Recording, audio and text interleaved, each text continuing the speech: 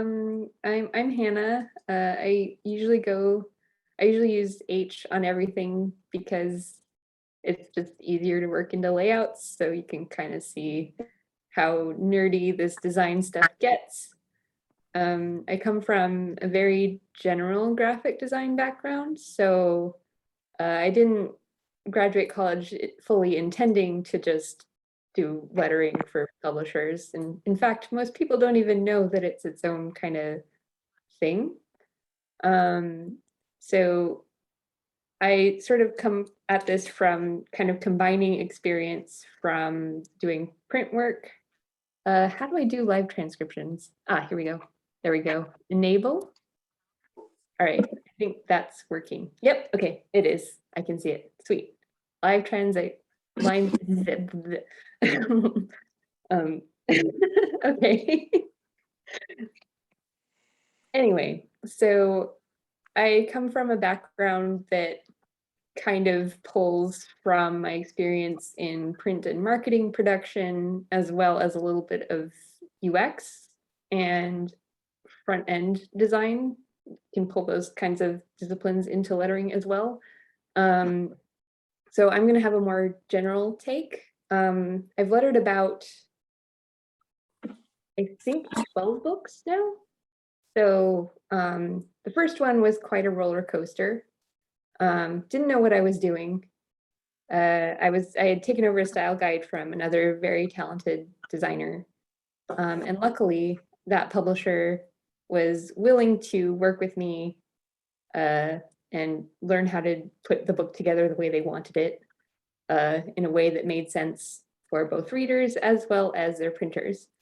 So it's kind of a fun position to be on in a graphic novel team, because by the time you get to the lettering part, most of the really big dramatic decisions have been made, and a lot of the back and forth between the creators and the editors and the art directors have already been resolved.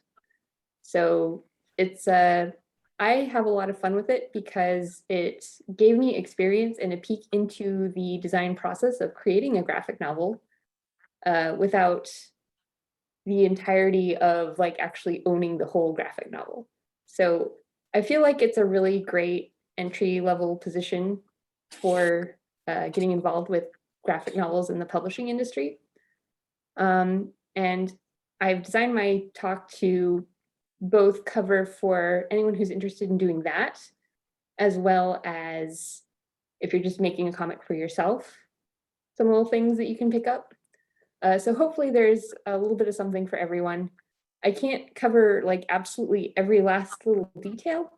So at the end, I'm going to break away from doing a presentation, and I'm going to actually have an InDesign file open, and anything that you as an audience are curious about seeing, you can request.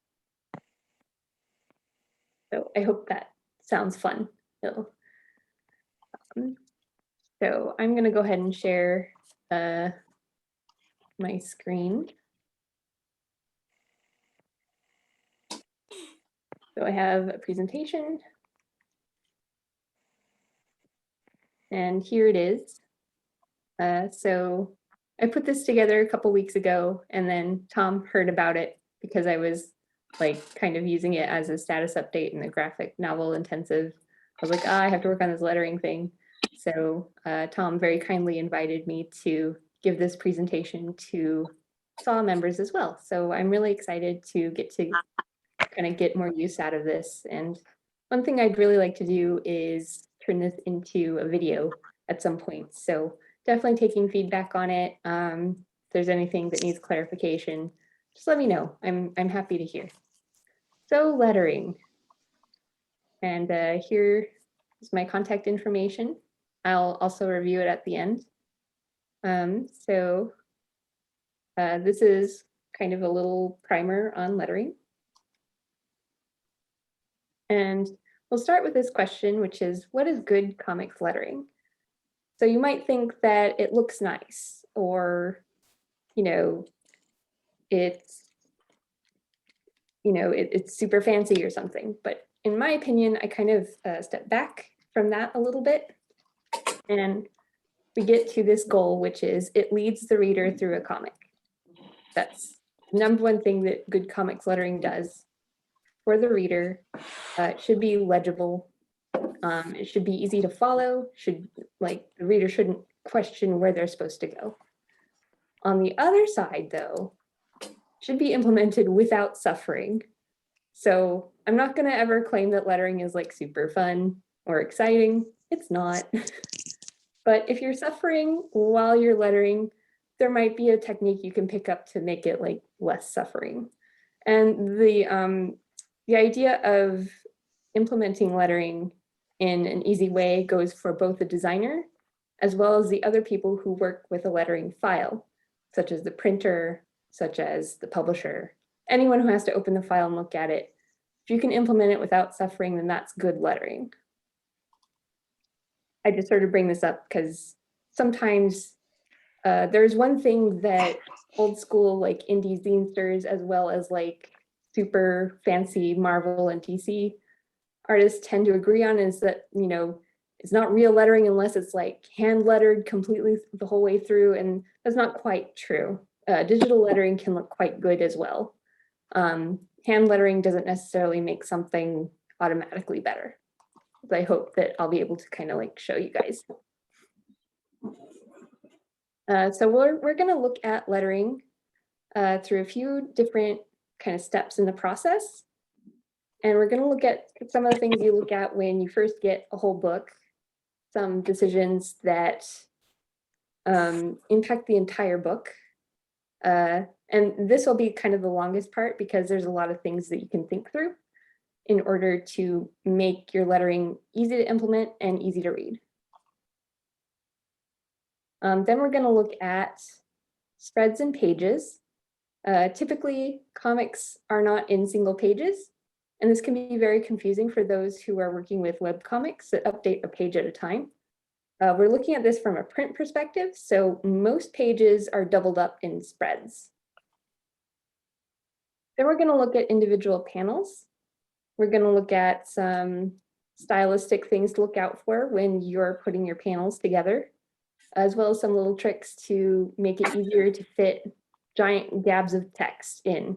Because when you're working on your own, it's easier to put the lettering in first and then draw around it. But when you're working with a publisher, they give you the flat art and you have to work the letters in around on the art. So you kind of have to get used to doing it either way. You never really know what they're going to throw at you. Finally, we're going to look at individual words and letters, so like sound effects, little tricks to make smaller sound effects, how to make big wow type sound effects, and how to draw speech balloons.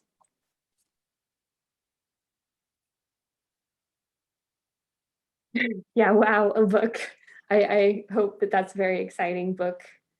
So we're going to go through some of the lettering stuff that we can see from the book level. Is anybody like unclear or lost? I've got the chat open, so I'll kind of scan that every so often. But in between each section, I'd like to let you guys some space to breathe or ask questions.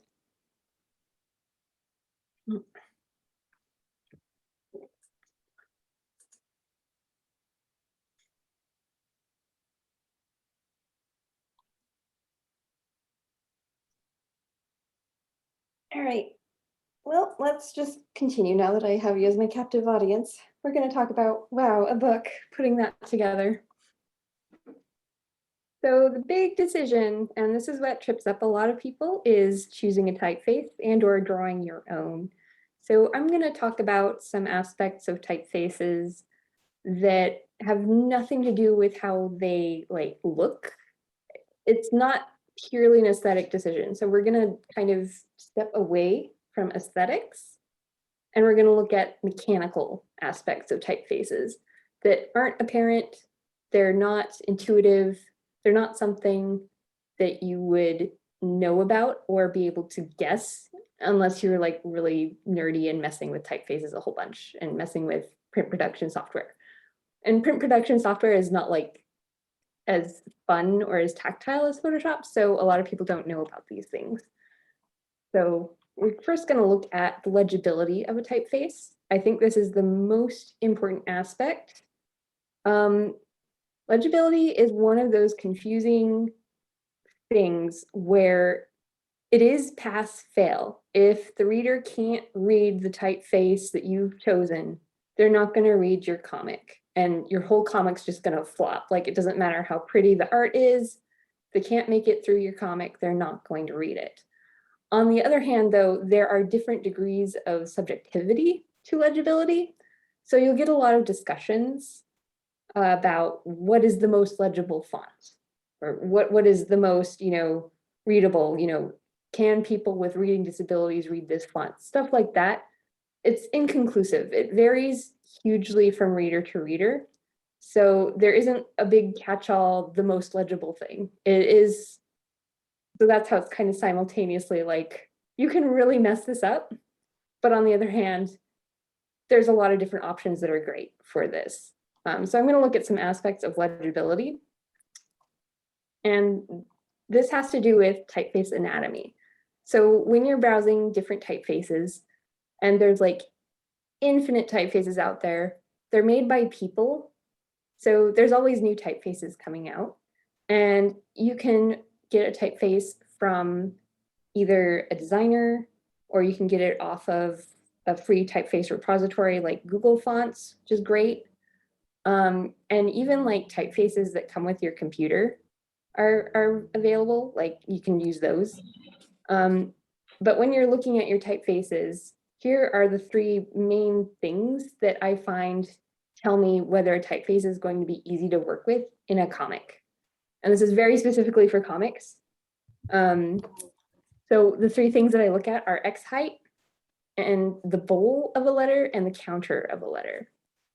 So to be a little more clear, the X height is the proportion of the lowercase letter to the uppercase letter. So if you're using mixed case, and some of you might want to use uppercase, so this is kind of a mixed case thing, but when the lowercase letters are kind of nearly the same height as the uppercase letters, they stack a lot more easily than if they're really, really small compared to the uppercase letters. They're also perceived as more legible generally. Like I said, it's one of those things that's like a little bit subjective. So when you're looking at a typeface, this is a really good indicator of whether it's going to be easy to use as the designer and easy to read as a reader. The next thing I look at, these kind of go together, the bowls and counters. Bowls are this line that mark the round part of like kind of the counter that's inside of the letter. And then the counter is just empty spaces inside of letters. And these are really important for comics because you can add effects to them. And when there's small counters or really small bowls, they aren't as easy to edit. Like, you can't add borders to them without destroying their legibility, because you always want readers to be able to perceive the bowls and counters. And if you put too much border on them or too many fancy effects, you can obscure the inside of the letter.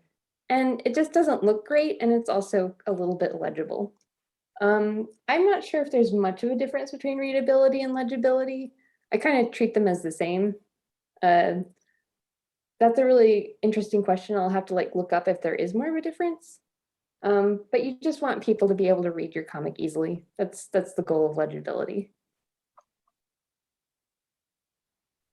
So we're going to look at whether you use mixed versus uppercase.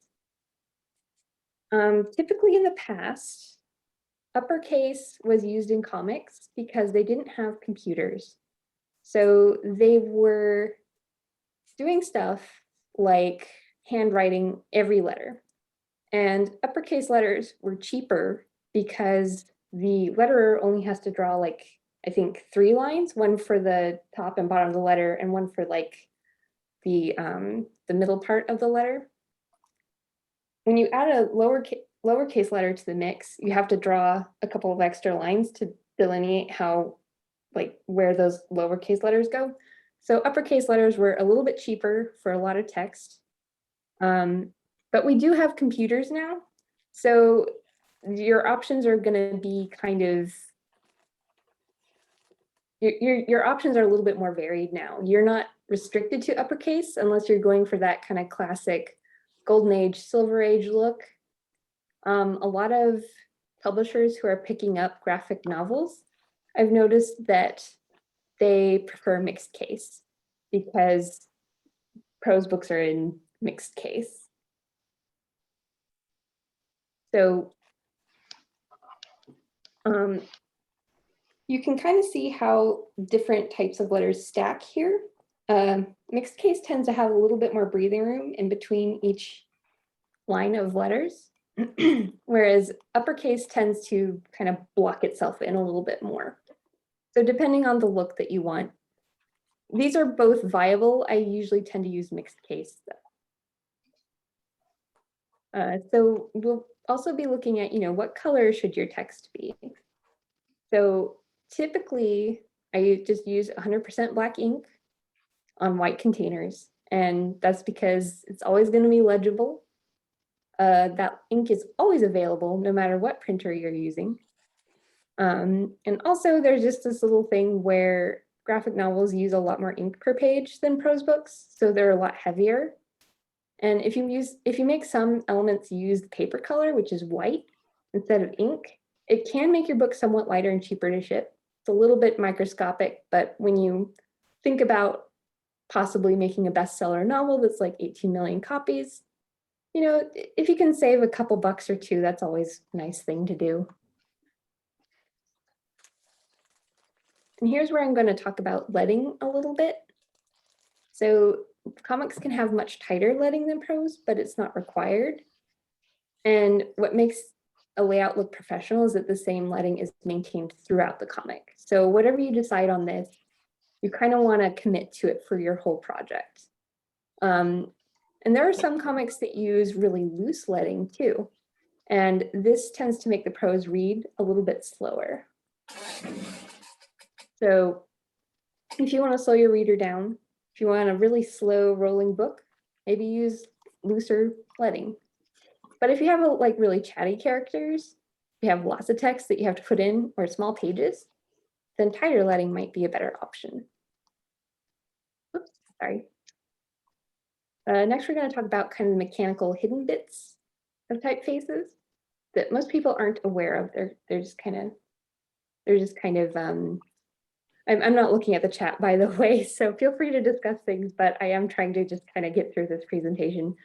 So the mechanical bits, there's these things called glyphs that we were talking about earlier with Tom. And they are the hidden characters that are inside of many typefaces, but not all of them. So when you're looking at a typeface, you might want to try typing a few of these special characters in, to like, especially if it has like a trial area, like some typeface foundries, they have like a little type a word in and see how it looks in this typeface before you buy it. Try typing in some of these special characters and see if the typeface has it, because some typefaces don't have all the characters you need to be easily implemented in a book, and then you have to find workarounds. And I'll talk about some of these workarounds. They sound really like, you can basically Frankenstein typefaces together, and sometimes people don't notice, and sometimes they do. It's all about what you can get away with. So here's one example of a glyph that most people are familiar with, and I bring this one up first, not because it's like super important, but because when people are hiring letterers, this is usually the thing that they know about that a letterer should do, and that is the kind of personal I versus an actual capital I. So the personal I has crossbars, and it's used whenever characters say stuff like, I did it, whenever I'm referring to myself. And then this non-crossbar I is used for letters that are simply capitalized with I, such as ice is cold. And this is a glyph. So usually you will find alternate letters, such as the crossbar I, in the glyphs menu. And it's always worth peeking into any comics font that you're checking out to see if it has a crossbar eye, especially if you care about this sort of thing. Some people do and some people don't. For me, when I see a lettering job and it uses all crossbar eyes or all normal eyes, it doesn't really matter to me. I guess I come at it from the angle of, if a client cares about it, I'm going to implement it. And in my own work, I do implement it because I know that some people do care about that as kind of a marker of quality. There's also these characters that have little accent marks or carets, and not all typefaces have this either, especially typefaces that have just sort of been made like ad hoc or homemade. So if these are not easy to fake. So if you have a strange word like this, which is pivot, which is a kind of a medieval French word that I'm having to use a lot in my comic, I had to choose a typeface that included these two special glyphs of the E and the O, because I'm not going to go through and add a mechanical accent or a mechanical caret every single time this word pops up. That's just not something I want to do.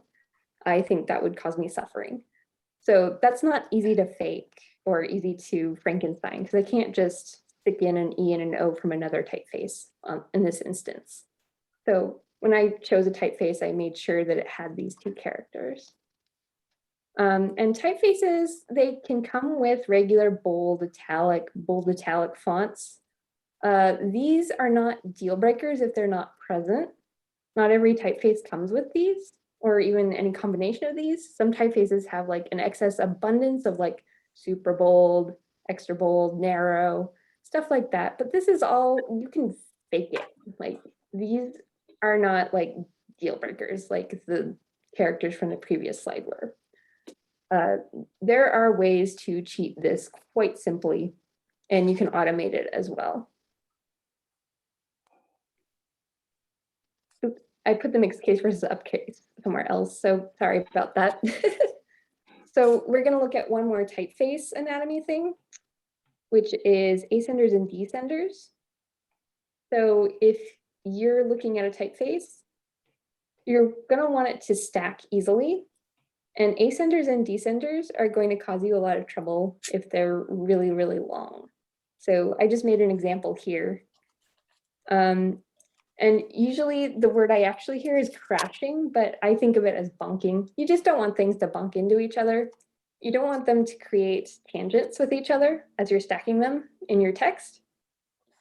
So if you choose a typeface with really long, weird ascenders and descenders, so ascender is this thing that pops out of the B, descender is this thing that pops out of the Y. You can see how they kind of smush into each other and make it really hard to read.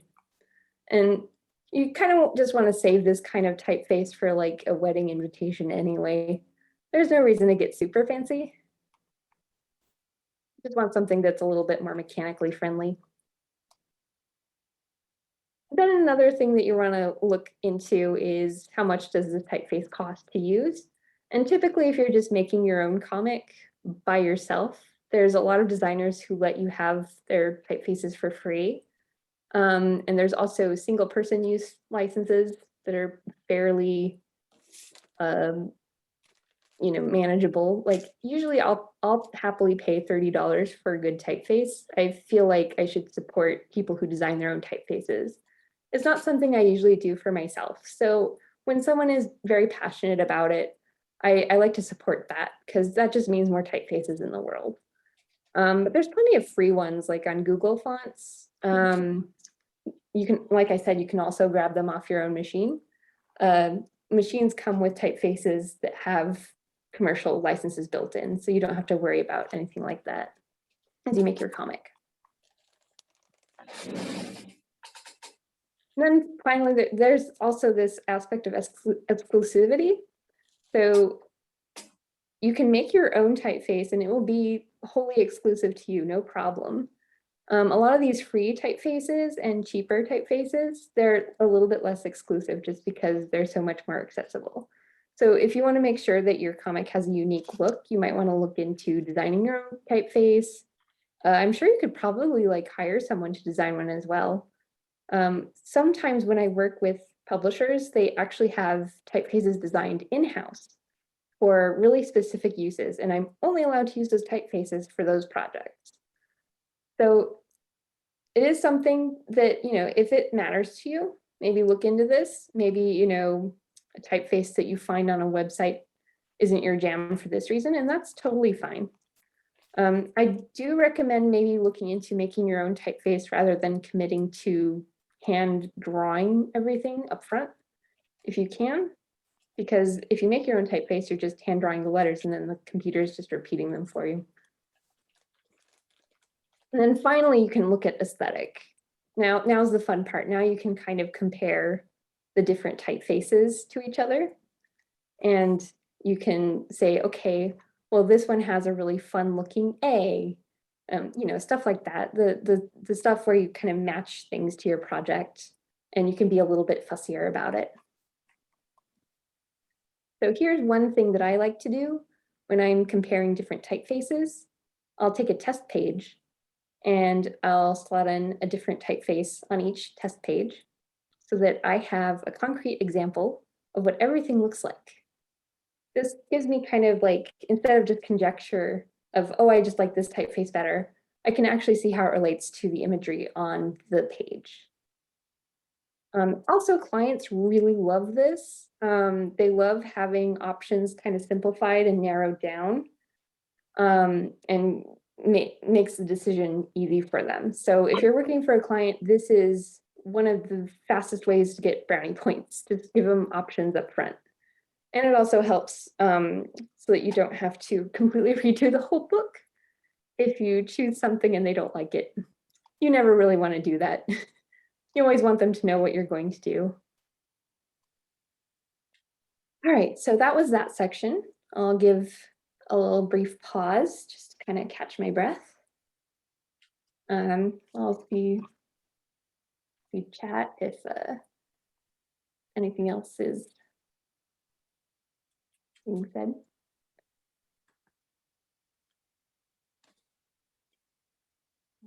All right.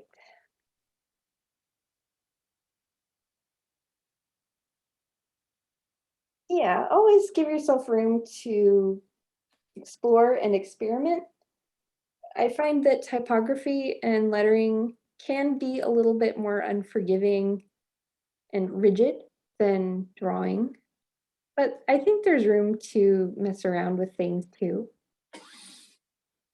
At least, you know, on just one page. Maybe not like, don't mess around through your whole book unless you're going for, you know, kind of collage zine look, which is totally valid.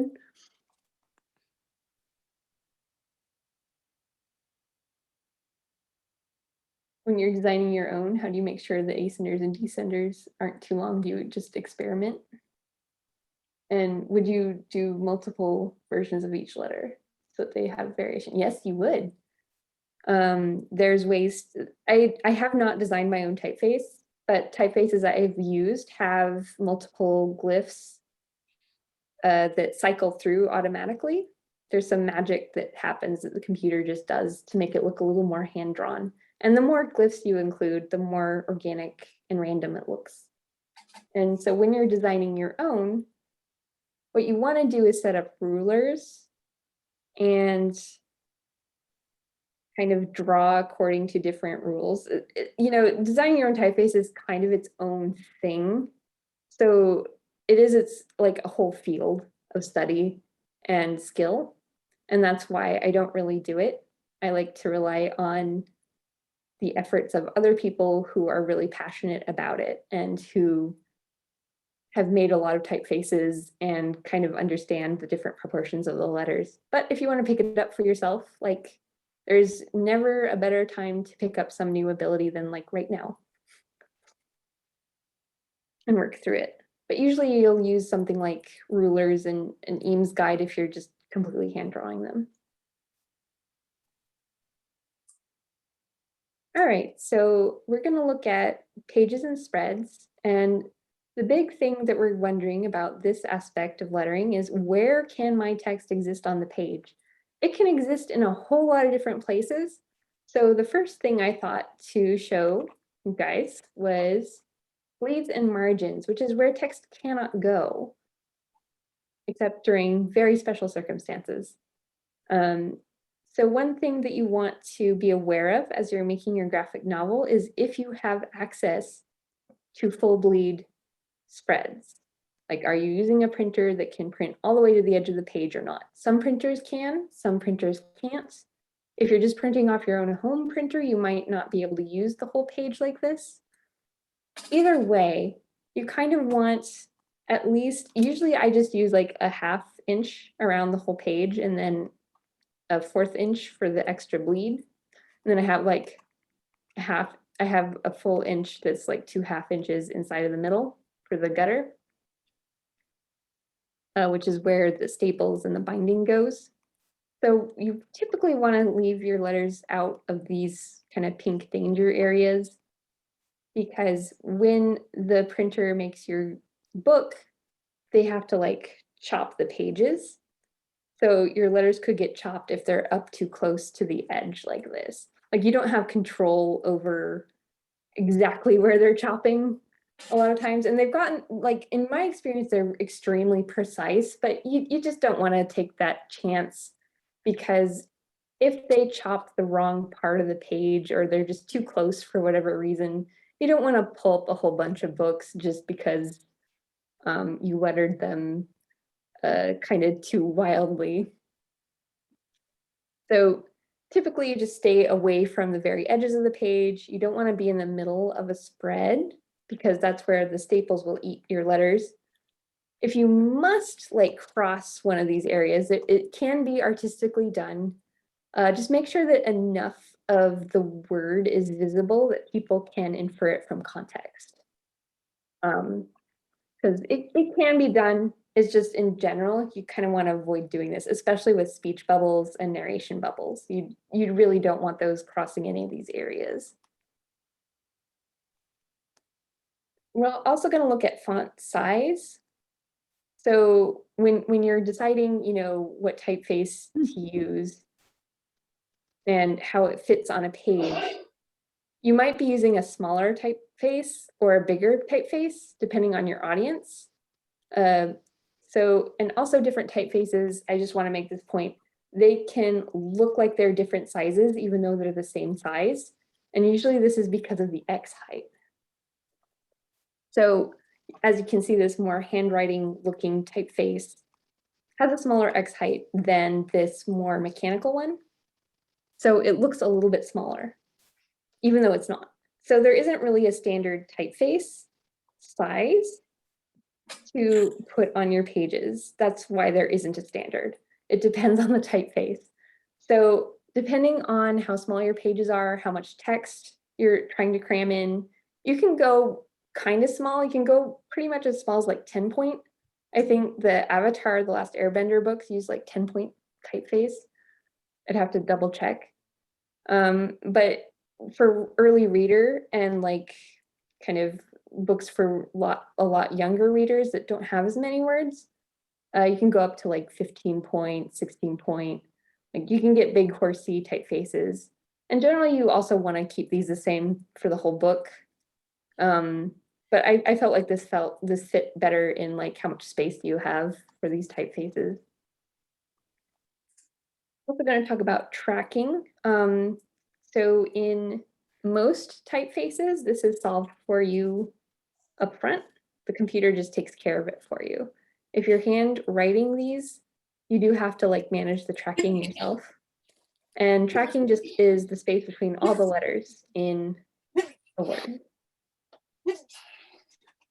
Then you get to kerning, and this is sort of a common thing that I see in handmade fonts.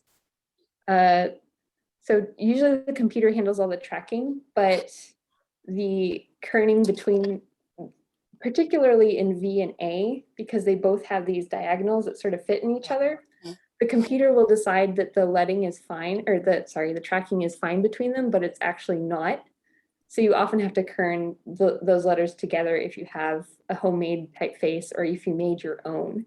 There's ways to automate it, but you kind of have to go into like the guts of the typeface. And And I don't really know a whole lot about that. I just know that it's something that some designers have to manually tweak to make happen. And I also know this because I work with like a couple of bespoke typefaces and I always have to fix this on them. So that's really annoying, but it can also be automated a little bit. If you set up like something in InDesign to spot all the V's in your document and like put in like a 16th space or something like that. So I've been talking a lot about kind of layout, which might not seem like it's related to lettering, but I just wanted to bring it up because lettering and layout coexist. So layout is kind of the whole page, and then lettering is how the letters exist inside of the page.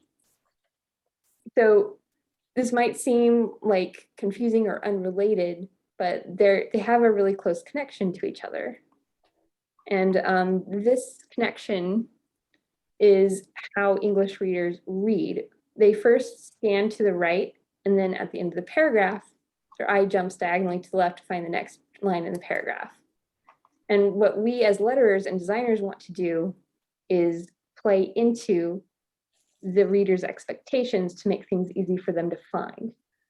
So you can see there's, you can do it from, the reader lands on the corner of the panel. They're going to hunt for the most high contrast thing on the page that's the nearest to that corner. So they're going to find something to the right, and then they're going to read this little snippet of text.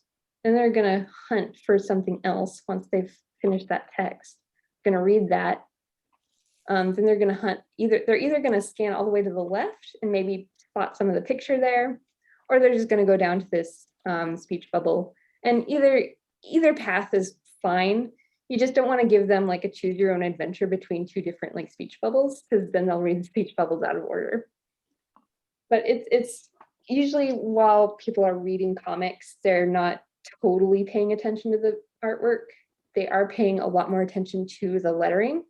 And I did read a couple of like UX studies on this, and eye tracking kind of backed this up. I should probably find that study again and read it again so I can actually cite it. But in general, they will also look through different panels the same way, regardless of whether they have text or not. So the panels also kind of function as letters and words in their own way in terms of reading order. So when you're thinking about your panel layouts and how the art is laid out, it kind of coexists with the lettering that way.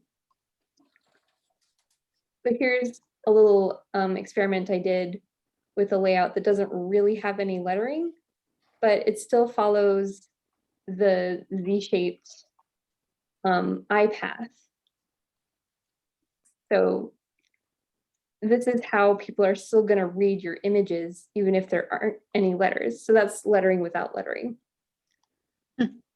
And you can do a lot of really fun things with the imagery in conjunction with your text this way. And I also just wanted to point out that with layouts, you can also get a sense of animation by showing elements where they are on the page and in conjunction with context clues within individual panels. That was all I just wanted to kind of point out. Here's a little thing on text abstraction, which is since the reader wants to look at text whenever it's present, because text is really active and detailed and high contrast. You typically don't want to put text on objects that the reader is not meant to look at for a very long time. So in this example, I chose it because there's a bunch of like little packaging and stuff in this supermarket. And if I had put a label on each one of these packages that you could actually read, even if it was really small, people would still try to read it. And it would distract from the story, which is there's a bear at the checkout line. So I don't want you looking at all this boring stuff. I just want you to look at the bear. So the text kind of points towards the bear. and all the elements try to get your attention on this bear. So I just wanted to kind of point that out because sometimes people go, oh, I'm going to make my comic super detailed. I'm going to make sure that all the labels on this thing in the supermarket scene are legible. And it's like, you know, you can get away with that with some simpler comics, but when you're going for more of a sense of realism, you actually want to abstract it a little bit more, which is kind of, it sounds ironic. And so here's a section on panels.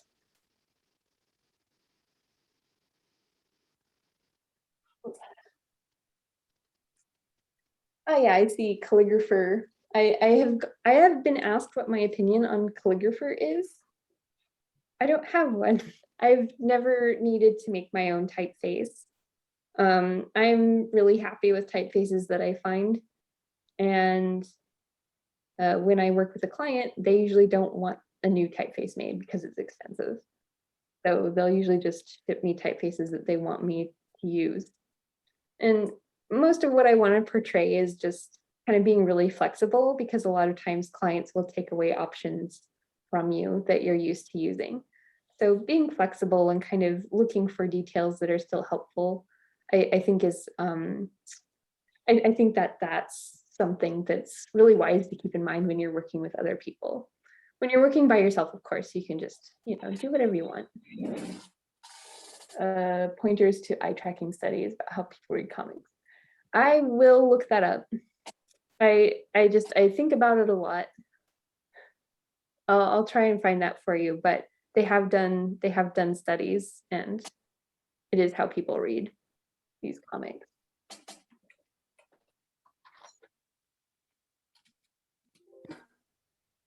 So Sarah has gotten her own comic, or her own handwriting as a font. That's cool.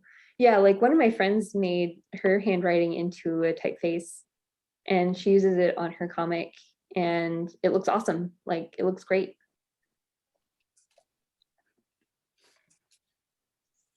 And I think that if she had committed to hand drawing everything, she'd have been spending like even longer on her comic than she does already. So here's the decision. What should our letters wear?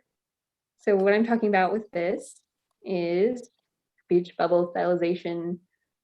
So when I get some art, I usually look at the art to inspire what the speech bubbles look like. I usually want the speech bubbles to match the art. So if you're drawing with a lot of really thin, like super clean lines, you might want your speech balloons to have the same sort of lines. There are also ways to make your speech bubbles look like they are kind of more rough hewn. And these can be uploaded as a textural outline. You can kind of make your own and mess with that. They don't all have to be computer looking, but they can be made on the computer just to save you some time.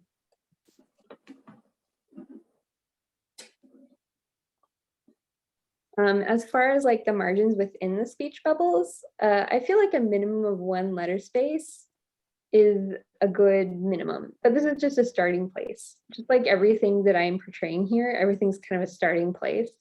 So if you want like wider margins to give a more airy feel, that's great. Just be aware that these speech bubbles block out art. So if your art is simpler and maybe doesn't take up as much space, maybe larger margins are going to be good for your project. And whatever margin you decide on for the speech bubbles, you might want to like apply them to the narration blocks as well, just to make them look like they belong together. Any sorts of relationships you can get going between the different elements you're using with your lettering will make it look a lot more coherent and cohesive. And here's kind of here's a little guide.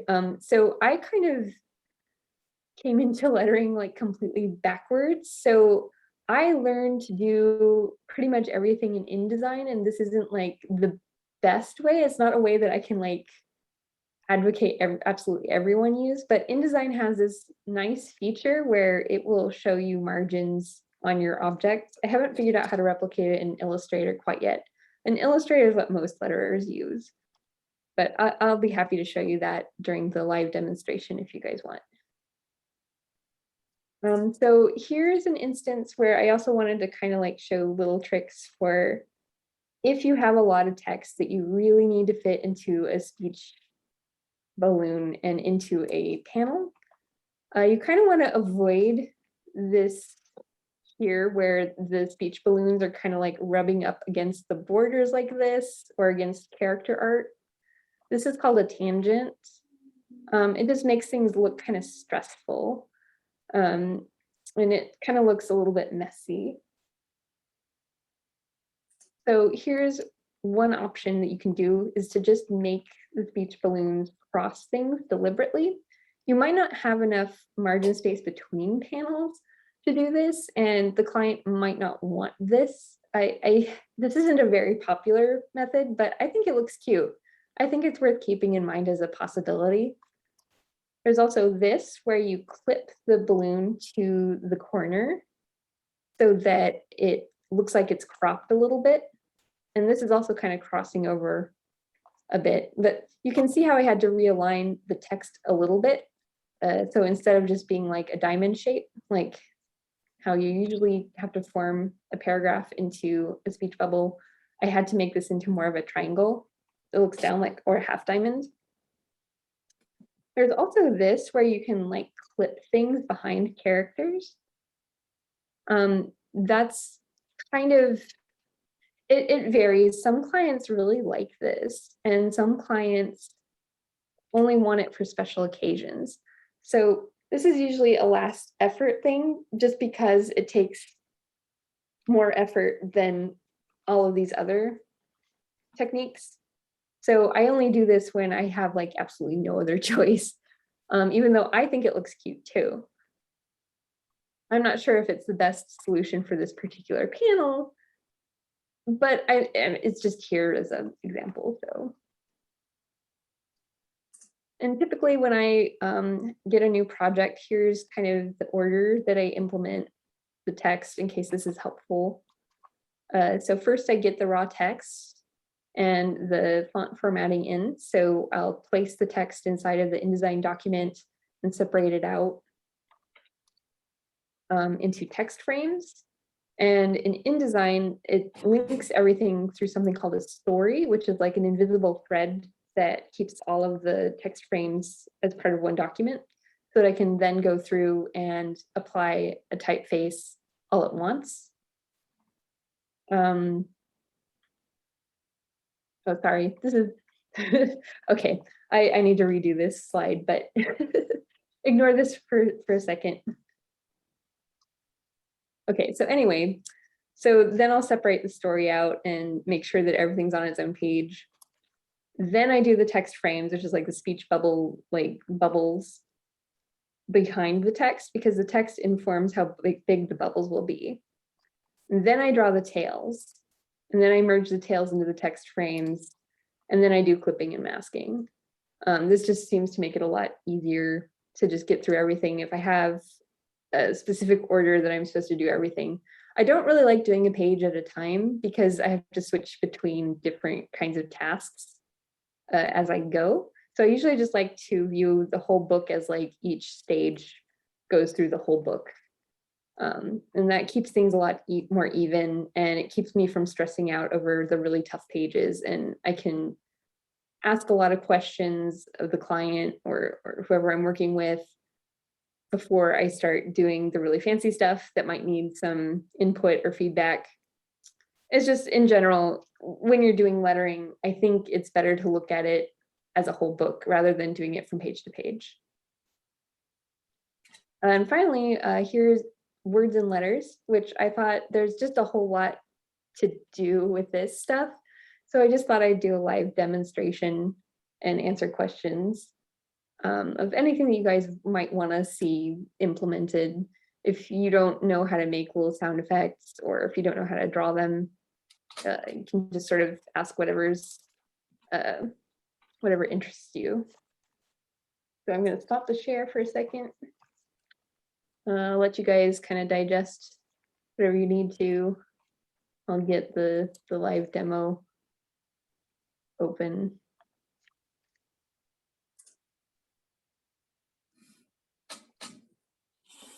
here's, so I just have this that I set up to mess around with. Can we all see that?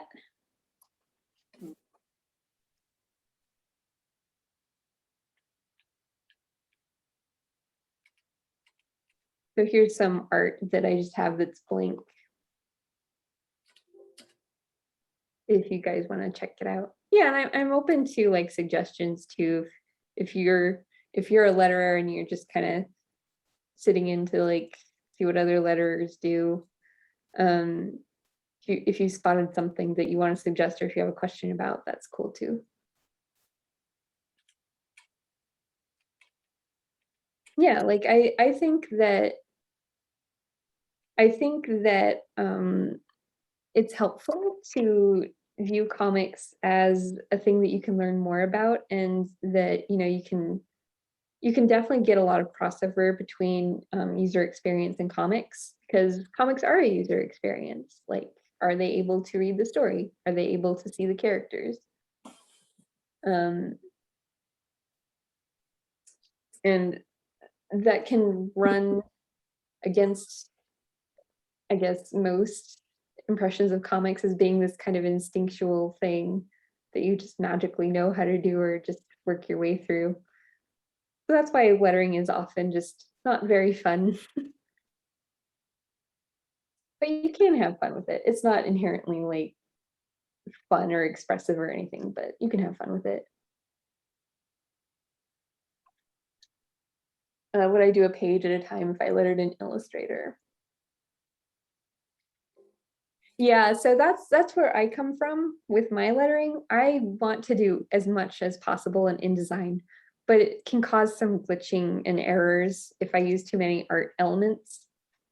So a lot of letterers will draw their speech balloons in Illustrator or Photoshop instead. But I keep the speech balloons in InDesign.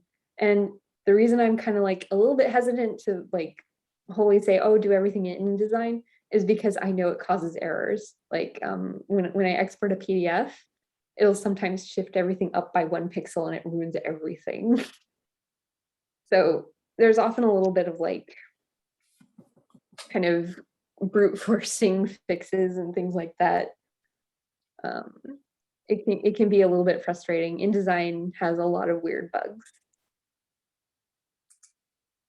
But in Illustrator, I think you can do 1 page at a time. Illustrator can also do multiple artboards, but I wouldn't be the best person to ask about this. I would ask someone who maybe letters for like smaller books, like floppies, like Marvel, DC stuff, since that is a little bit more amenable to doing a page at a time. But with a graphic novel and you have like hundreds of pages, like I always sort of die a little bit inside thinking about doing each page 1 at a time.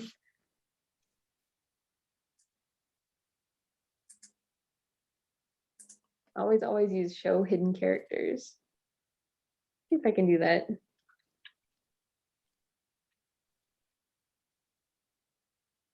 All right. So we've got this like little blank thing. Do we want to see what do we want to see? Do we want to see like a speech balloon or a sound effect? We can make up whatever we want. Sound effect? Okay, so cool.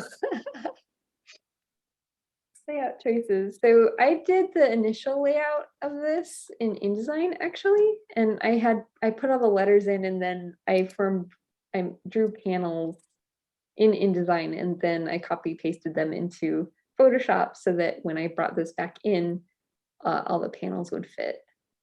So that's one thing that I do for myself, but most of the art that I get from the publishers that I work with, it's just flat art. Could we try one of each? Sure. And as far as layout choice went, I was retrofitting an old comic for this one. So it's just based on, most of this choice is just based on both of these options being wrong. These did not evolve from dinosaurs, and then dinosaurs did not evolve into pterosaurs, and then pterosaurs did not evolve into birds. So then I wanted to be like an open, I wanted it to be on a different background so that it looks different, because this is actually what happened according to the fossil record. And then I just wanted, you know, I like having spillover pages and pages that make the layout look a little more active. Because it's sort of like, I want to mimic the science textbooks, but also break them a little bit so that they're more entertaining and less dry. So that's kind of how the layout choice went. I did have text that I put on top. I've hidden the text because I want to give you guys the opportunity to come up with the text yourself if you want. Like if you want the dinosaurs to say things. I didn't want to like show you what I actually wrote. Thank you. So anyway, I like doing full bleed stuff, and I like having layers of color on top of each other. You can tuck panels into other panels. Just stuff to make it look fun and inviting. I do admit, like, I do get a little bit too creative sometimes and people can't tell where I'm going, but in general, I just try to, you know, follow my own rule of Z-shaped layout. The elements are always cascading down until you get to the next page, because then I can trust the reader to go back to the top of the page, because that's just how people read stuff. So if you want a sound effect, so there's like different grades of sound effect. There's like small sound effects, there's medium sound effects, and there's big wow showstopper sound effects, which are a little bit difficult to draw in InDesign. But okay, we'll get a Cthulhu. I'm not sure what's Cthulhuing. I guess this area could be a Cthulhu.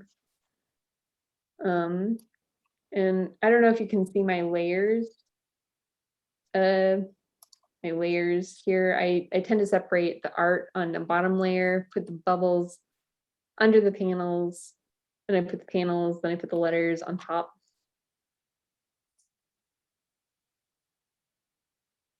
Z, sorry, it's a Z.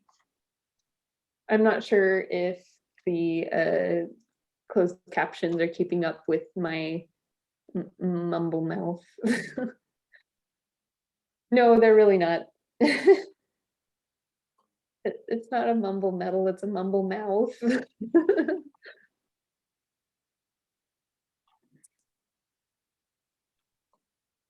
So anyway, I will get a Cthulhu going. If you guys have more questions. So I just like put this in, like if I just placed this, it would just look like that. It's usually in Minion Pro.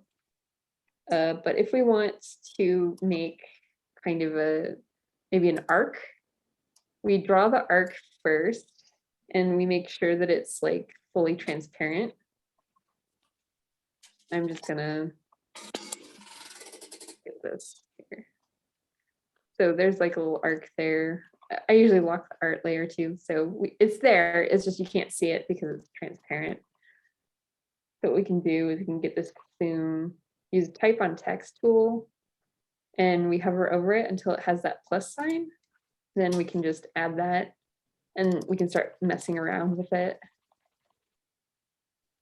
So usually an arc is one of the easiest ways to let an audience know that this is a special letter.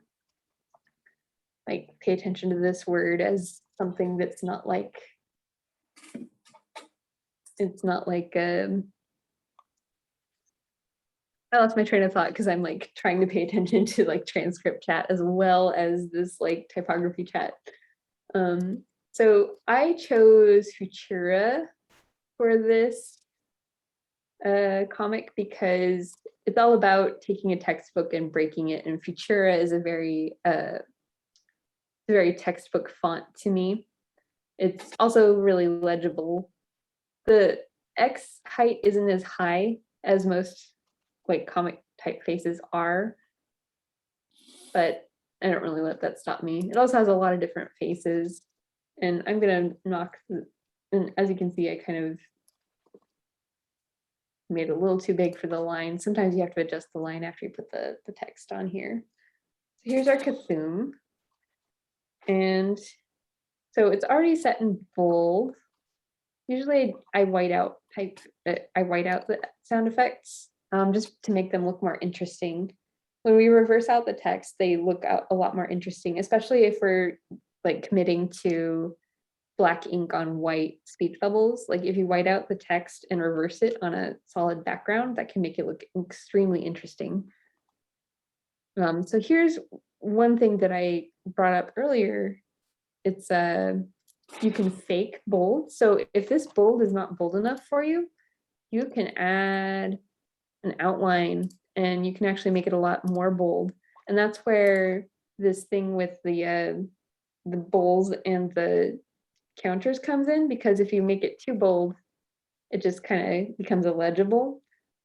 But when you have a nice big bowl or counter on your typeface already, you can make it quite chunky, which is something that some people really appreciate when it comes to reading their comics. What I'm going to do with this is I'm going to make that a little bit smaller, but as you can see, like adding your own border can sometimes make it so that I'm just going to bump it down one. It can make it so that the letters actually crowd together a little bit more, so you have to increase the leading and kind of adjust some of the kerning.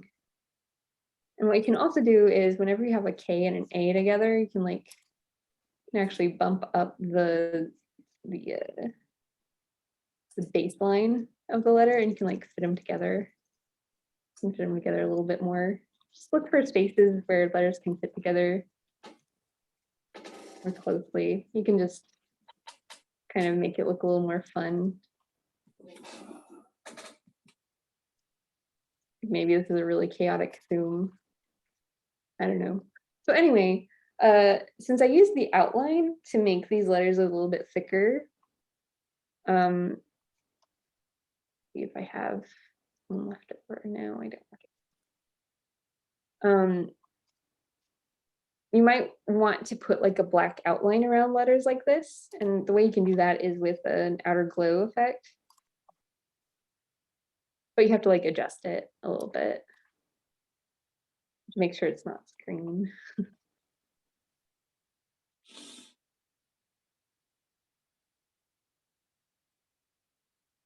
So you have to make it really small frequently. So, yeah, so it's quite big.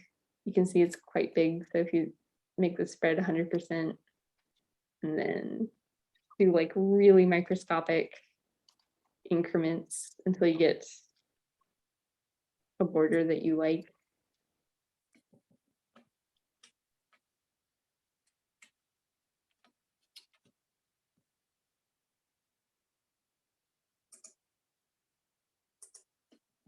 So, and it'll look a little bit soft and pixelated on the preview, but it prints clean.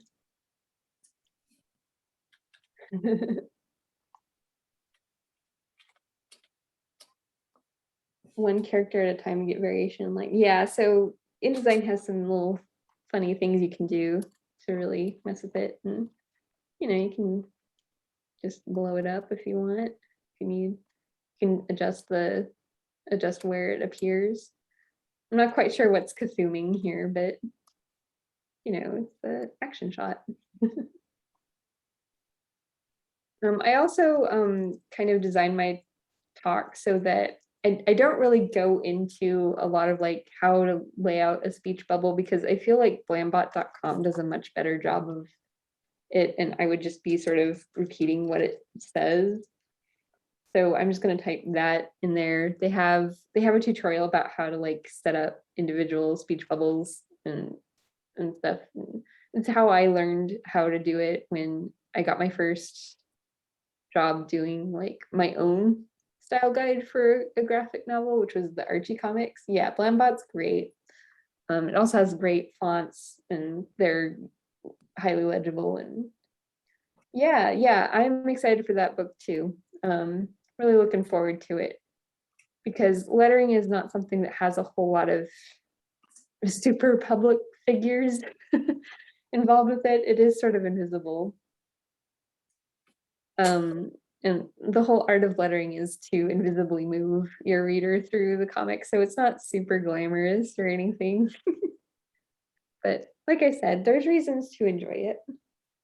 When you get enough practice, you can also catch up on a lot of podcasts while you're doing it too, because separating out all the text from page to page is a little dull. So,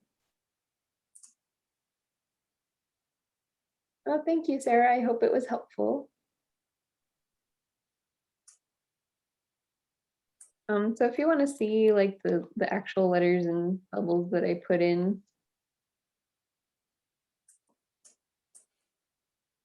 I have these. And now this has a Cthulhu over it, which makes me laugh a whole bunch. I actually really like that. Who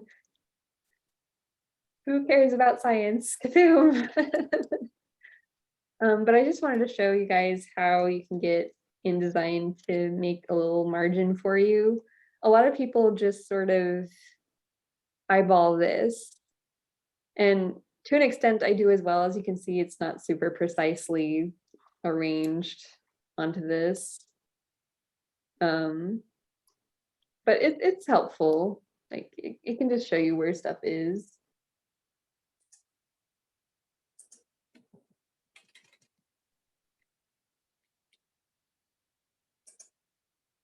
And some other stuff about InDesign, which I think is sometimes you will discover a hotkey. And by discover, I mean you'll just hit some buttons and you'll be like, wait a second, what happened? And this is something that really frustrated one of my clients who didn't know InDesign, which is display performance. And you can turn it into a fast display so that it doesn't actually load any of the images and you can just look at the text. And sometimes it will look like this because it really enjoys glitching out. I used to think InDesign was super stable. It is not. So if that happens to you on accident, or if you get like a typical display where it looks like your images aren't loading, that just means it's just trying to save on memory and make it display more quickly. But you can always go back into the menu, go to view, and toggle high quality again, just in case anybody's trying out InDesign and they run into that. That's usually something that puts people off InDesign altogether, and it's like, no, this isn't like an art program, it just compiles stuff. So on that note, like whenever you're putting artwork into InDesign, you're actually going to place it. And what that does is it takes an image. I'm just going to find an image like a Photoshop file. And it goes, okay, well, where do you want it? Did it place? It didn't place. I don't think it placed. I love it when InDesign doesn't quite work the way I think it should.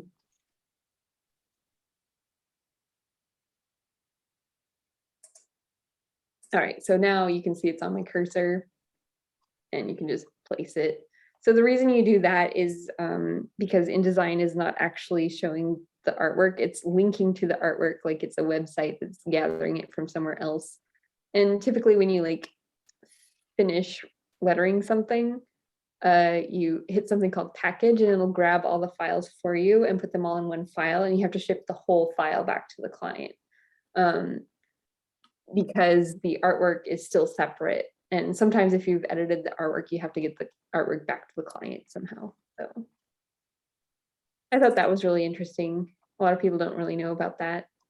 Oh, okay, so it placed it, sometimes it'll place it into like an object. So it just placed that file into the speech bubble. All right. Do we have any other questions or anything else you want to see?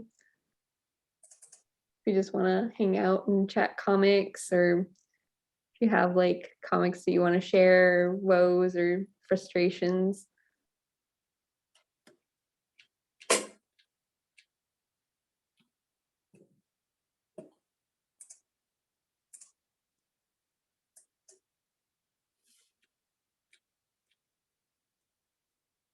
Yeah, so packaging is like right here under file. right above print presets. So if you just grab package. Yeah, and it keeps everything all in one place too.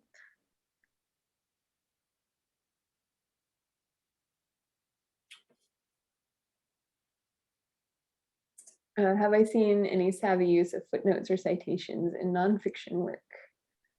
So I actually did have to do footnote styling for a comic because one of the characters was using Spanish words. And so they decided that there needed to be a translation for each Spanish word that this character was using.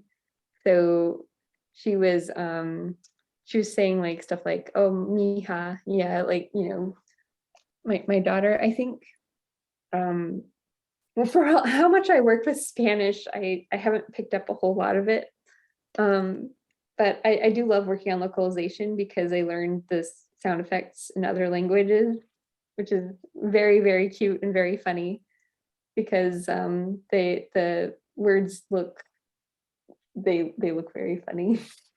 You know, like English onomatopoeia are also kind of weird, often spelled weirdly. But anyway, so footnotes and citations, I think you can do it like, what I would do is if it's a small footnote, I would just make a little box and stick it in there. So I would make a little box, and I think in this instance, it was like a yellow box. Not quite this bright yet. I'm gonna make a new. It was like a really pale yellow box with a black outline, and it had like a footnote in it. And it was formatted so that it was like always italic, and it was like a couple typeface size or couple of font sizes lower, and you just sort of fit the box around it. If it's just a small thing and you're just sticking it in like the corner, and usually they're like appended to the corner so that they don't have as much, I guess, they don't call as much attention to themselves. I think if you were going for something that was more in depth, like if you needed to write a whole thing about like dinosaurs, like, okay, so this is like your footnote, right? If you're gonna do this, you know, just a really long thing. Also, you often have to turn off hyphenation,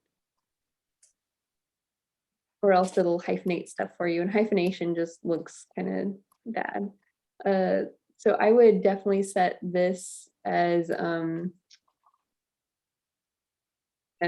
left aligned, because it's not going to be in a speech bubble. It's just sort of extra information. And I would actually format the entire layout to accommodate the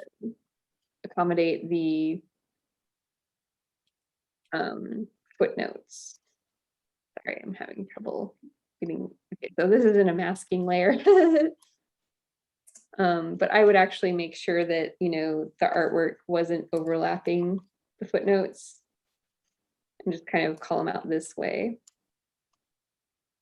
Does that help? That's how I would do it. I'm not saying it's like the number one only way you can do it, but I think that just being aware of when you're using footnotes and how much space they take up. So that's also really useful if you can put all your text on a page first before you do the art, so that you know where how much space your footnotes need to take.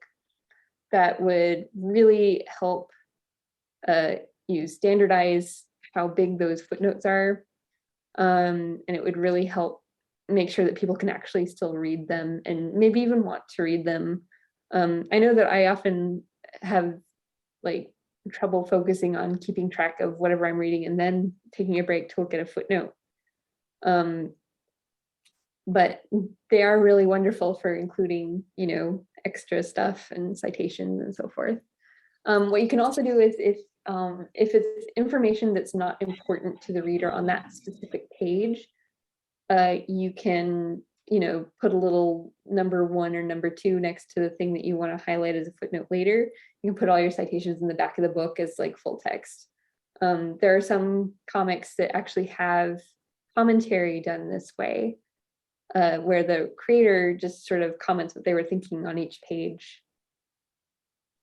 My layers panels, that a typical stacking order? For me it is, yes, but I think the only thing that's like kind of consistent from letter to letter is that the art's going to be on the bottom. And the letters are going to be on the top. Panels and bubbles may or may not even exist within a document, because a lot of times the panels are drawn into the art file itself, and the bubbles might be drawn in a different program, which you would then either layer onto the Photoshop file so that it appears here as like one flattened layer, or you just bring in the Illustrator file on top of the art file on its own layer. Go eat some food, Dante. Oh, that was a really good question, though.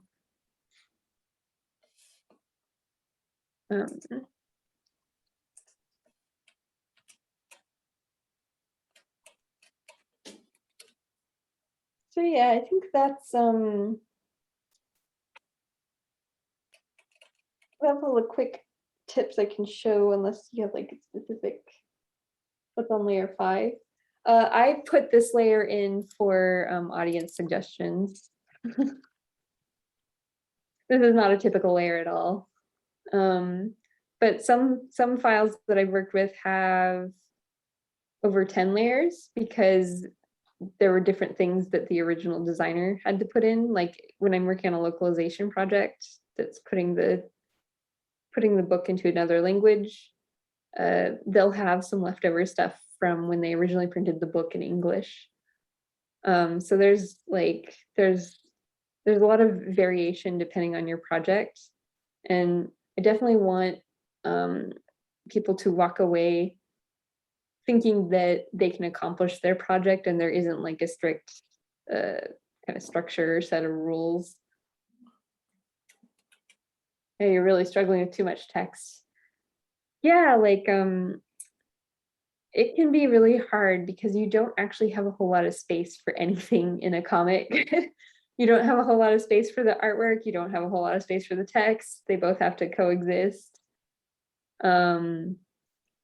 I've been taking the class with Derek Ballard, and he was saying like, yeah, like once as a storyboard artist, you have all this space to just kind of like describe each and every action that the character is taking. But in comics, you have to economize in particular ways. Just because it is a big old layout problem. But it's fun because,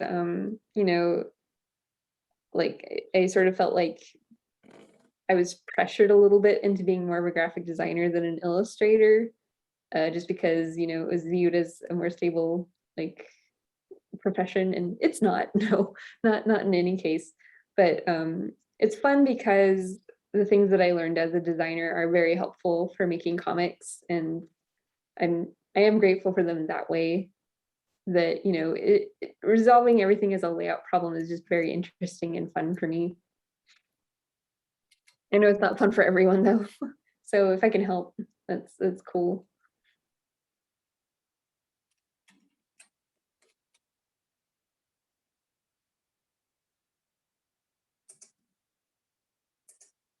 So if you guys want, I was thinking of offering a page like how I would get from a client with no text and a script.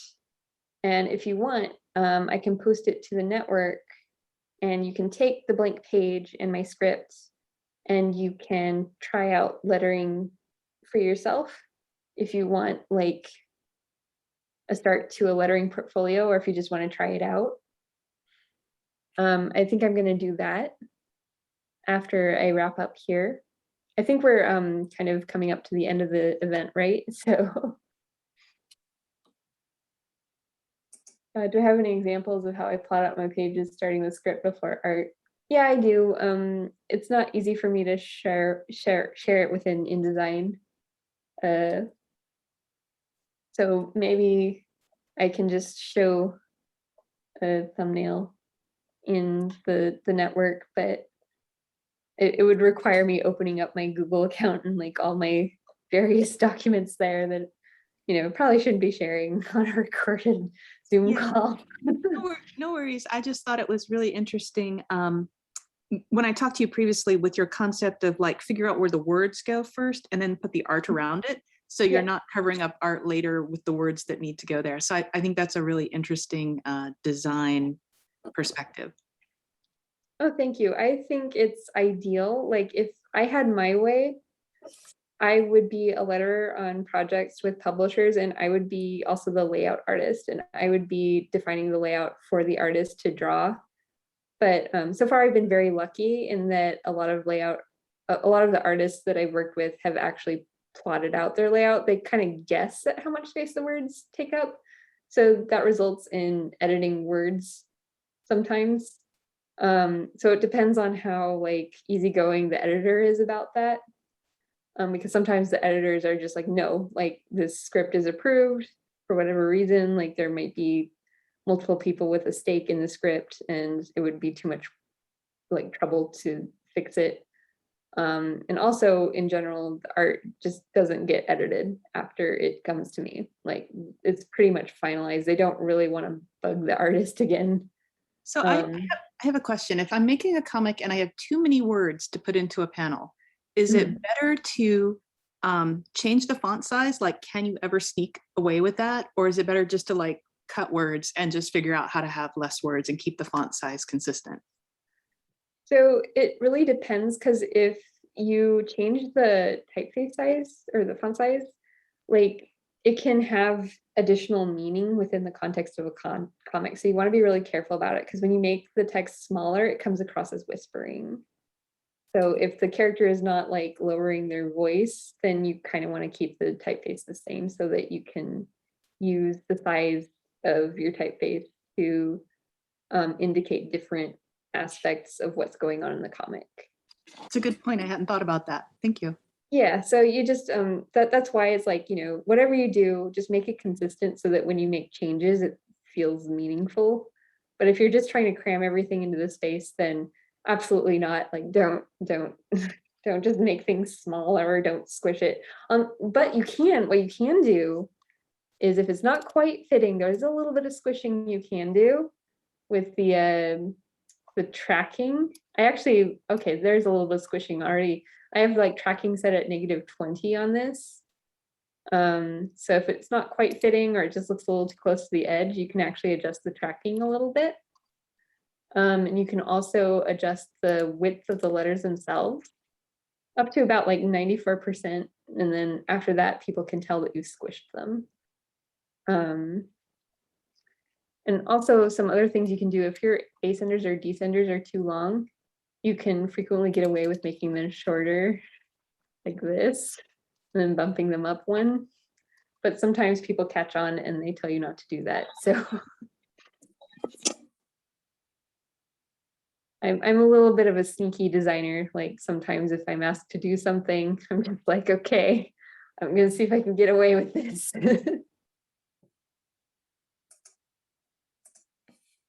Is there a standard font size for word balloons? No, there is not. It depends on your typeface. That's why I showed the two typefaces together that look very different sizes, but they're the same typeface. So there isn't really a standard one, but the best starting point is 12 point, because that's typically like regarded as the default like legible typeface, but it really depends on how big the actual X height of the smaller letters are if you're using mixed case. Okay, all right, so here's some of my favorite free stuff. I love Blambot. I love Google Fonts. So I think it's like fonts.google.com. And then, you know, I just sort of trawl my own computer. There's a lot of good classic typefaces on here. I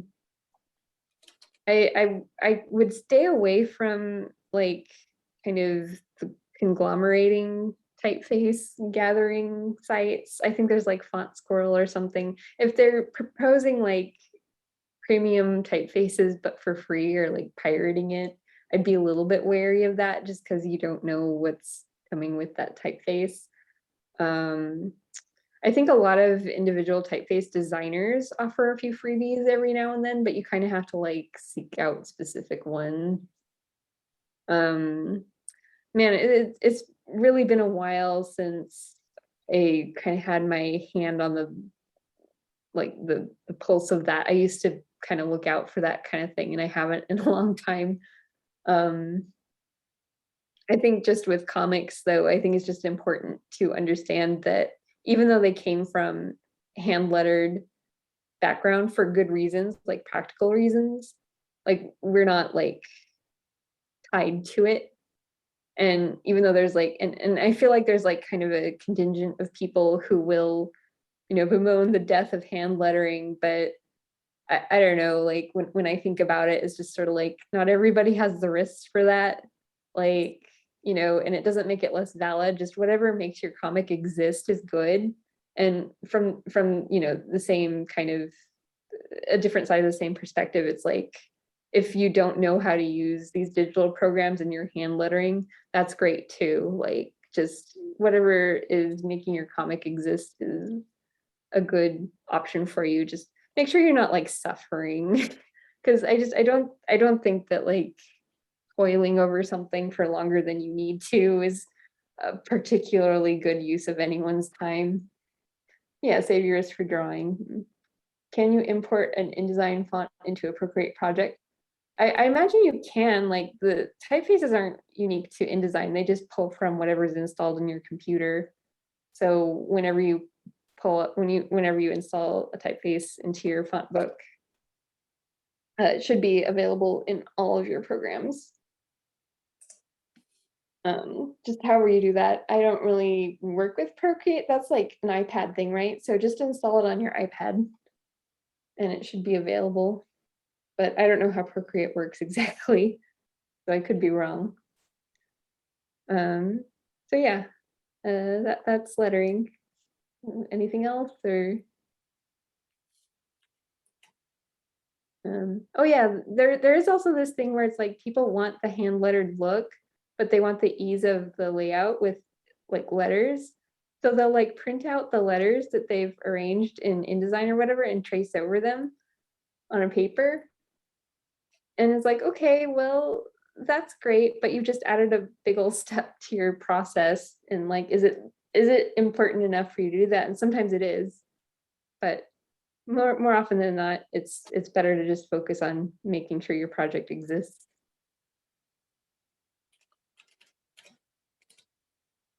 Yeah, thank you, everyone.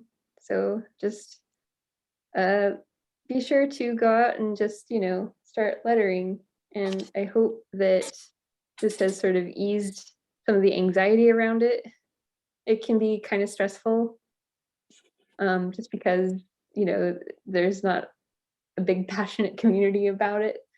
Usually it's kind of an invisible little thing, but there's ways to have fun with it. And thank you everyone for yeah, thank you everyone for attending and having great questions. Really like them. I'll see you all on the SAW network.